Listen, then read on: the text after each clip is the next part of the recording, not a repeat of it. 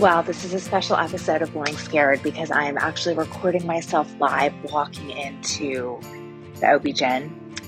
I'm walking here into this hospital building to see the OB-GYN for the first time, and I can't remember. We're going to find out. It's probably been 8 years. I had home births, and I have a strong aversion to hospitals, and I don't know where that comes from. I haven't fully explored it, but even walking in here, I just get a bad feeling.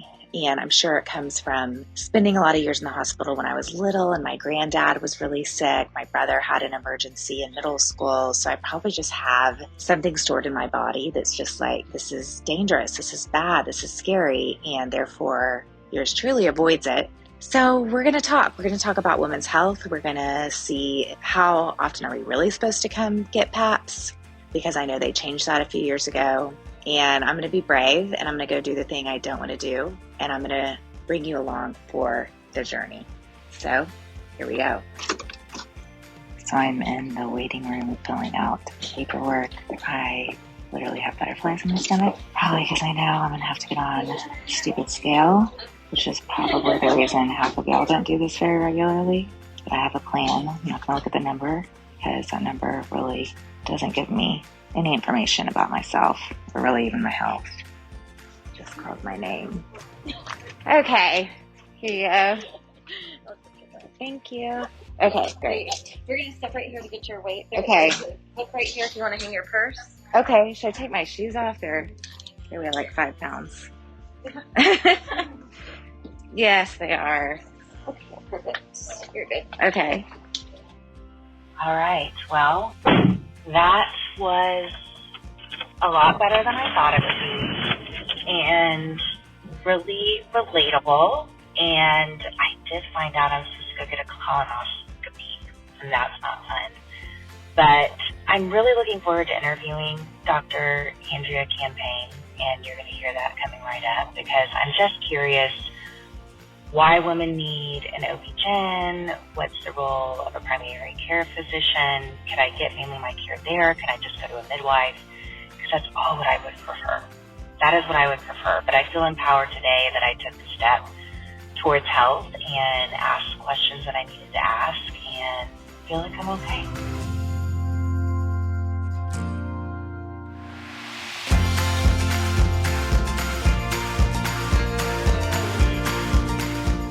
Dr. Andrea Campaigne, who is also my cousin. Welcome. Thank you for having me. It was wonderful to visit your practice a couple weeks ago for the first time in, I think it was 5 years. That's true for a lot of women. Don't you worry. Okay, because that's where I wanted to start. This seems like a no-duh question, but what role does an OB-GYN play in a woman's health journey? I mean, I could probably talk for more time than we have passionately about answering that one question.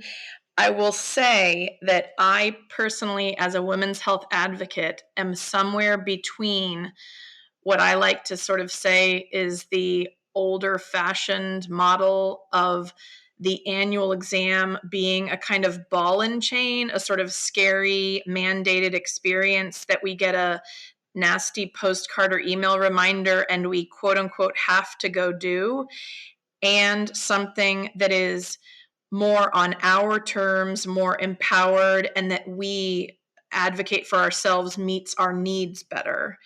So I do like for women to have a wonderful two-way dialogue with a women's health advocate like their OB-GYN who knows them in multiple dimensions and takes care of them in multiple dimensions. I think women who have access to the healthcare benefit called an annual exam should try to make that visit more on an annual-ish basis. But I think we are there as a woman's OB-GYN to help meet the needs of her in different seasons. And so the frequency of that visit and exactly what's covered at that visit, by the way, is going to vary over time for a woman. An annual exam and a visit to your OB-GYN does not equal a pap smear. Yeah, that is a really good distinction. And speaking of that, I remember hearing a few years ago, it used to be, okay, you got to get a pap every year. And now they've changed it, I think, to every couple of years. That's right. So, yeah, tell us sort of the minimums. So that's a great point. It's resulted from a lot of different things. The Pap smear was a test developed, about 50 years ago now, and it's a wonderful screen for cancer. It gives us access to detect something, that we were leaving undetected in sort of past generations. But I would say when it came to pass and we started to apply it widely, we didn't know how to refine the plan for it. And so I would say over the last 20 years of practice, we've gotten better at the technology. With the initiation of HPV testing that a lot of women understand is kind of happening either in the background or in the forefront of their conversation with their OB-GYN. And what we know is that almost all of the reasons for abnormal pap smears result from the presence of something called the HPV virus.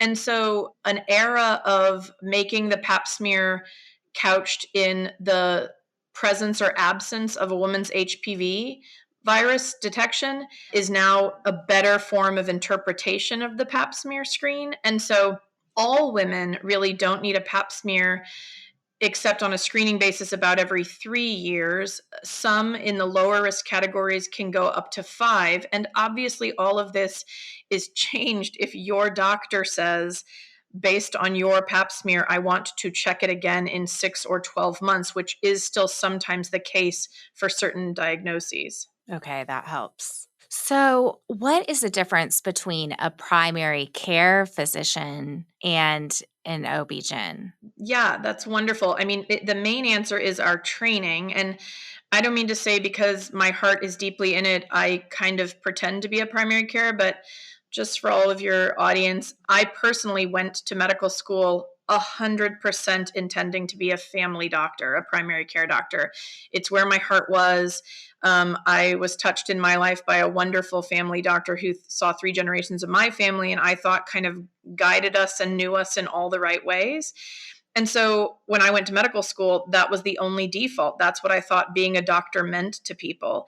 I was lucky then to find women's health, which offers me personally and professionally kind of a lot more things than primary care would have, that suit my personality and skill set. But the core value of primary care, I think, is to kind of be there for people in many different ages and stages, and to be able to talk through how the healthcare diagnosis impacts their kind of home life, for lack of a better term. I think primary care also has a focus on wellness and not just illness. And I found a lot of these values present in my view of women's health.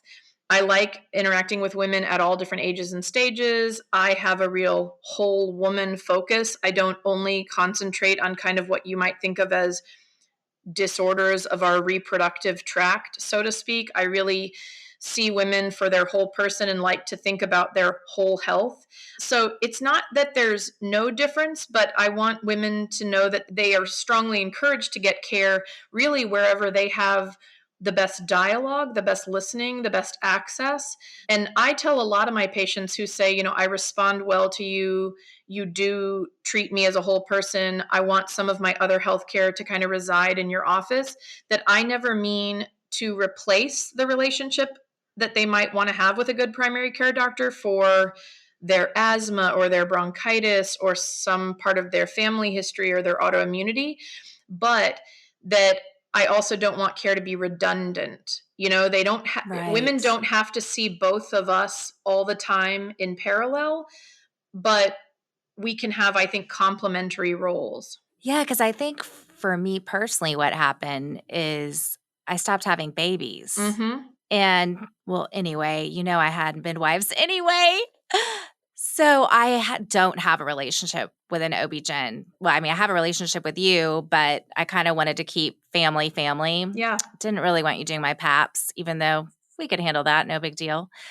But I think what led to confusion for me. Like, do I need to go to the OB-GYN still? I don't have a history of cancer. How often do I have to get a PAP? Is this just the insurance company doing this? No, those are all really like lovely points. And it's so funny, as I was preparing for this conversation and kind of organizing my thoughts, my little like working list was that obviously most people know us primarily in our like quote unquote number one capacity, which is to help women in their reproductive life.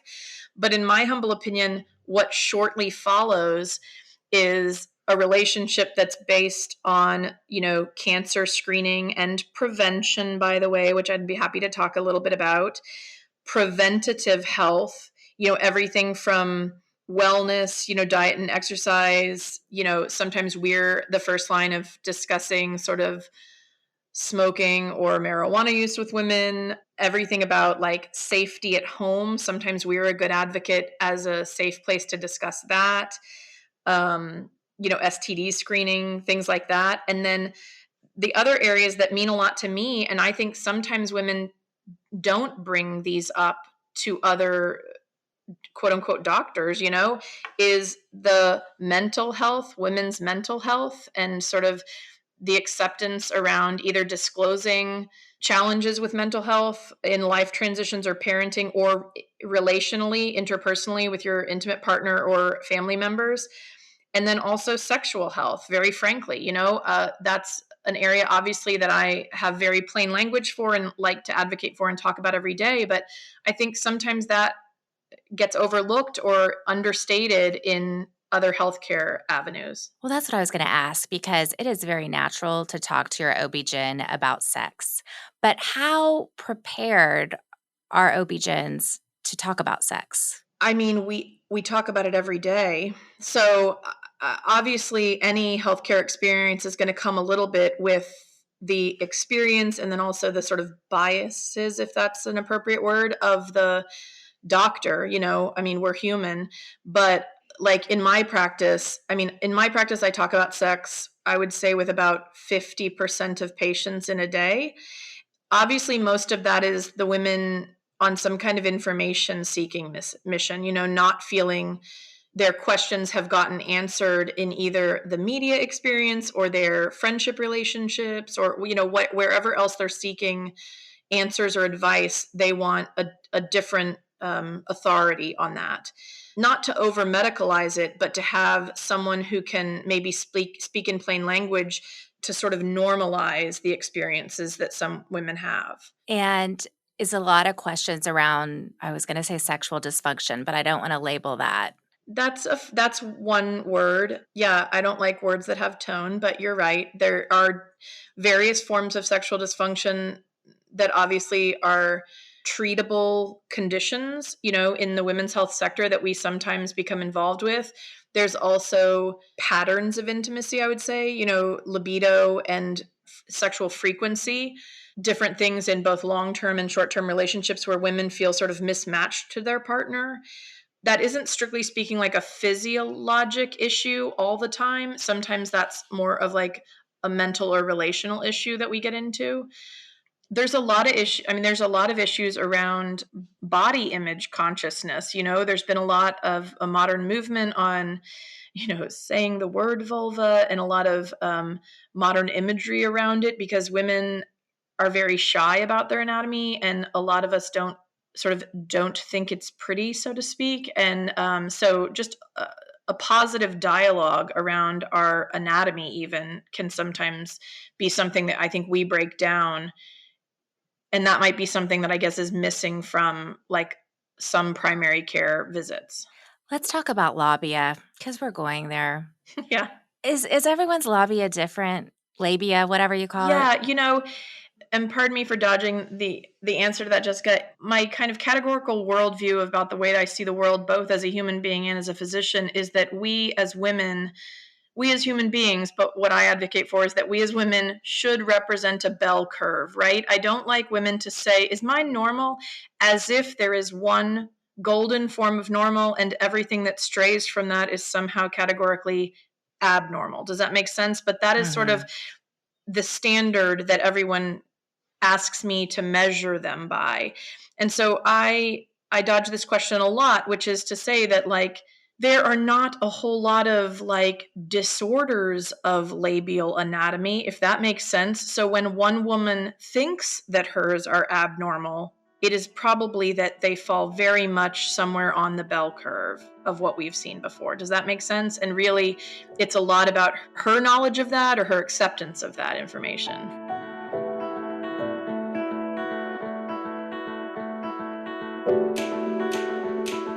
You guys know that my dad was diagnosed with kidney cancer a few years ago, and you also might know from reading my book that he is quite a character. I was so excited to find Storyworth because Storyworth is going to email my dad one question a week for him to answer. They have tons of questions for you to choose from, and you can write your own.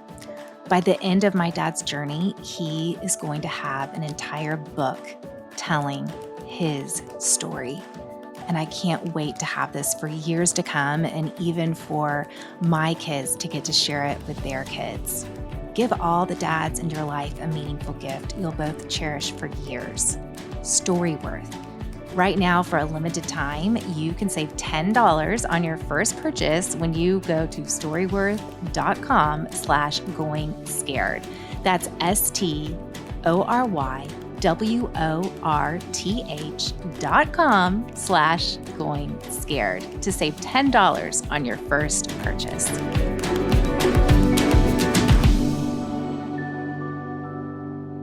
You know, as we're talking, there aren't many safe places that a woman can go. And so many of her feelings around her body and around her sexual life are hidden inside of her, which is where shame grows. Shame grows when it's not named. But Andrea, you are a special snowflake. And I've had unsafe experiences with OB-GYNs. My very first OB-GYN experience, as you know, I was like prudish before getting married. Zero sexual history. I get married. First of all, I didn't know that you weren't supposed to have sex before getting a pap smear. So we had some things inside of me before getting a pap. So I got an abnormal pap. My OB-GYN, who did not know me from Adam, the very first thing she said was, "Tell me about your marriage." Whoa. And then I said something like, "Oh, well, we just got married and we're both super committed to each other." And she goes, "Well, it's easy to say that about you, but you never know about your partner." Yeah. That was my very first experience in my early 20s with an OB-GYN. That did not feel safe. Then, as you know, I decided to go with an OB-GYN for my second pregnancy, midwife for the first. And then at 36 weeks, my OB-GYN, I didn't realize this, was going on maternity leave. And so we had to do a switch out with a man. And I remember talking with him through my fears about having birth in a hospital. And it was like gaslit, wasn't heard. And I walked out of the office bawling and went and got a midwife and ended up having a home birth 4 weeks later. So that's why this is hard, you know? So, I mean, I guess, how do you find OB-GYNs like you? I wake up every day and know that my role is just to serve any one woman who has an appointment with me. I don't find it my mission to sort of speak broadly to the medical community and say, damn it, why aren't you watching your words? Although I think that in my head often too. What I do want your listeners to know is that healthcare is a two-way street, and they should search. Every day that I get a new patient, the new patient says, "Oh my gosh, so-and-so and so-and-so and so-and-so all told me that you were fantastic." And I was like, bingo, you crowdsourced the information, and now you're coming in with a moderate degree of confidence that we're going to be a good fit for each other, right? So I don't think women should put up with a sort of subpar. I am sad for women who have outright trauma from the medical system. I just want them to know it is not all like that, and I don't want them to write off future doctors based on one bad experience, just like you wouldn't, shut off from your future husband based on one shitty ex-boyfriend. So I want women to sort of persevere and advocate for themselves and and go crowdsource and find information on a doctor that they think they can have a good ongoing dialogue with, because we're worth it. We are worth it. And I think to not be afraid to walk away. Yes. Because I walked away at 36 weeks. Yes. Because I realized this is not going to be a good fit. And I think, and you're aware of this, I mean, I'm in a leadership position too, and I have to remind myself my voice carries a certain level of authority and power. Yes. And that's just being a doctor. You've got the DR period in front of your name, and you carry a certain level of authority and power. But what I want to remind women today is you have just as much power. I agree. You don't have less power than a DR period. Every day, I think healthcare is a two-way street. I do not feel like I have all the special answers, and it's my job to bestow those on women. I feel, sometimes I say doctors don't own patients, doctors serve patients. It's my job to help translate the special files of information that I do have and the experience that I do have to meet the needs of a woman. And I can't do that if I don't sort of get to know her and meet her where she is at, right? To help figure out how the nuances of the conversation that I need to have with her. But yes, women do have the power. Their side of the healthcare relationship is very much a two-way street, something that they need to advocate for. Is it possible to interview a physician before you're like, here, do my PAP? Yeah, that's a great point, Jessica. One of my my first OB-GYN experience, in contrast to yours, I mean, I did, march myself in at 18 to my mother's doctor. I can't say like that was fully thought through or researched or whatever. But this particular physician had this lovely way of interacting with new patients, which was that you met her in her office with your clothes on, and she got to know you. And then she presented the idea like, are we going to do an exam today? Are you ready to undress? And I always thought that carried such, do you know what I mean? Such a respect for the patient and her experience. And then, I mean, as a small side note, and you know this about me and my husband, your cousin. So we started dating in high school. And so she didn't know me from Adam at that first visit. But when I talked about dating my high school boyfriend, she could have let that mean so many things based on her experience and bias. But she didn't. She didn't couch that in tone that dismissed it. She allowed it to be like my story and real for me, both at 18 and later in my life when I married him. And she, in fact, also heard me say at 18 that I was going to college and that I was pre-med. And every year after that, when I went back to her during college for my birth control pill refill, she said, how are the pre-med studies going? Have you refined where you're going to go to med school? She advocated for that part of my growth too. So she was a real positive impact on me about what it's like to be kind of seen by that person and not marginalized by that person. So powerful. And I think after even hearing you today, I hope this gives hope that there are people out there like you who are called to this profession. I do want to end, since I've been an advocate of midwifery. Yes. Midwives do PAPs too. So is it possible to have all of your care under the care of a midwife? 100% it is. We are happy as OB-GYNs to serve as sort of consultants to midwives and to patients who only think that they might need us in sort of higher level circumstances, both around birthing and around sort of the general practice of women's health, including like contraception and STDs and even some like screening labs and things like that. So I love, you also know about me. I love midwives. I advocate for midwives. I have received care from midwives in my own life. If that is the access point for women that makes them feel more comfortable, that is a fantastic access point. Wow. This was really healing for me. Good. I'm so glad we got to do this. I'm going to pretend like we just had an appointment together and I got to rewrite some of those bad experiences. Good. Thank you for saying that, Jessica. It's not, that is not easy. I know that. I would also say on a regular basis, I invite women into my space and have to help them overcome some kind of traumatic experience, either a traumatic experience on their body or a traumatic experience with regard to healthcare or communication. But there are a lot of people that are called to help women and who are aware of that. And so every individual's healing is at their own pace, right? And I don't expect them just to sort of get comfortable because of the physical surroundings or the doctor's reputation. But I would love for more women to believe that a step forward is possible. That's brilliant and beautiful. And I hope we are left with hope for our own healing, and that we will steward our beautiful, profoundly made, worth it bodies.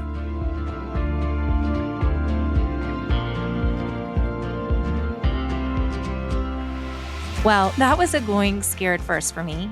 I went scared and asked about labia and shared with y'all some of my traumatic stories with OB-GYNs. I'm sure I'm not alone in that, and I hope that some of you that have some of those stories that made you feel less than safe and comfortable in your doctor's presence can now feel empowered to create a new and different story going forward. I do believe it is possible, and I'm glad that Dr. Andrea Campaigne cast that vision for us. If you live in Austin and you're looking for OB, well, you should go find Dr. Andrea Campaigne, because let me tell you, she does have that special mojo of the midwife and doctor. Well, thank you so much for joining me on this vulnerable episode where I took you inside a hospital and to an OB-GYN appointment and talked about all sorts of things that we've never talked about on the podcast. The music from today's show is by Ellie Holcomb, and I'm Jessica Honegger. Until next time, let's take each other by the hand and keep going scared.